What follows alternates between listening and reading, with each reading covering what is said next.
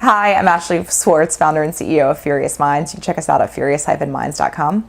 I want to talk this week about the Upfronts and what that sort of time-old tradition for legacy television and traditional TV means for the burgeoning businesses of second screen, over-the-top, TV everywhere, and social television.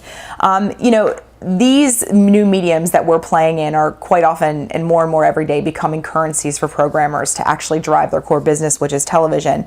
And what does that mean for us as far as the potential of these spaces to make, a sustainable revenue, to create a sustainable revenue model and actually drive audiences?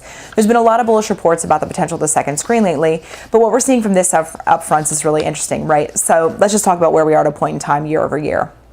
So 2011 to 2012, we saw a slight increase where the big five networks saw a 2% increase in spend, somewhere between 8.8 to 9.3 billion last year, depending on who you ask. The cable networks were ringers, where they actually saw greater spend than the big five, being up 5% year over year over the top five networks, and they saw a total spend of about 9.8 billion, right? With core audiences being down on sort of primetime shows season over season for the big five in particular, they're having to rely at other channels and other mediums in order to actually, one, make good on their under-delivery of audiences, but two, make their deals more interesting, to do more with less for advertisers. And that's where the whole space that we're focused on and playing in of the second screen and the ecosystem around television is dramatically impacted and potentially at risk and compromised as far as building sustainable ecosystems of advertising revenue for the marketplace itself and for advertisers.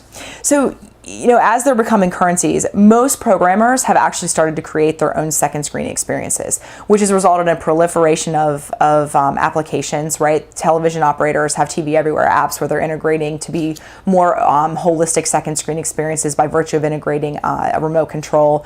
We have independent check-in applications like Vigil, etc. ZBox, and Anthony Rose often refers to the app graveyard as the reason that he sort of founded and created ZBox to be what it is as the Uber app. And then you've got the programmers or the showrunners that are actually creating their own applications on the second screen.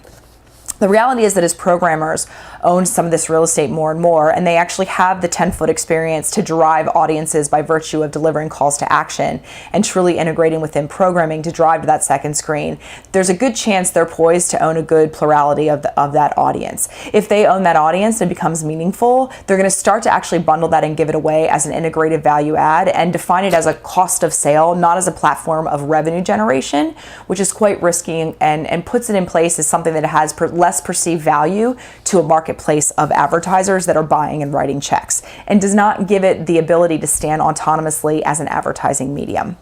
Looking seriously at over-the-top distribution is a big part of it, right? Participation Media launched Pivot, which is a nonfiction sort of centric network, and they're looking at over-the-top, Netflix, the web, and even going back to old mediums like print for distribution. As that becomes an aggregate sort of definition of television, and all of these pure IP play channels become part of just TV, and it's still bought as a GRP, it's still bought as television, and the intent and purpose of bundling it is to drive the value of TV up. These independent channels are going to be at continual risk to prove their value and to keep their value moving up the food chain and to prevent commoditization of their impressions and their audiences.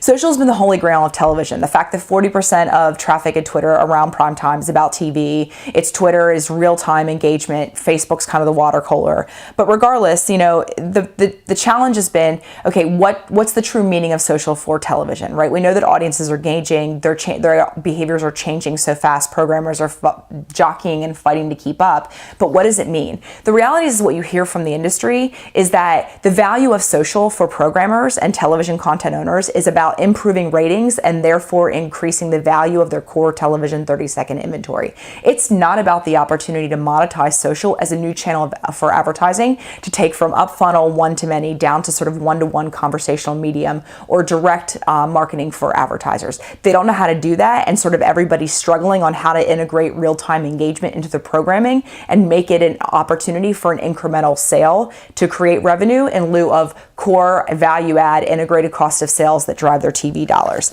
And the reality is where it lies in the P&L is a big part of figuring that out and determining whether or not it will ever potentially be figured out for a programmer. If it's always a separate P&L, it will be potentially something that is undervalued by the guys that are moving the plurality of the dollars through television. What concerns me is that all this space that we're working in will continue to be table stakes. So having been on the buying side of the table, when a second screen experience or social and being part of that conversation with a brand is something that is a throw-in or a value add in order to actually spend more dollars in television and have that media be allocated as TV, it really makes it hard for me as an advertiser or a representative of an advertiser to find the value in that medium as a standalone.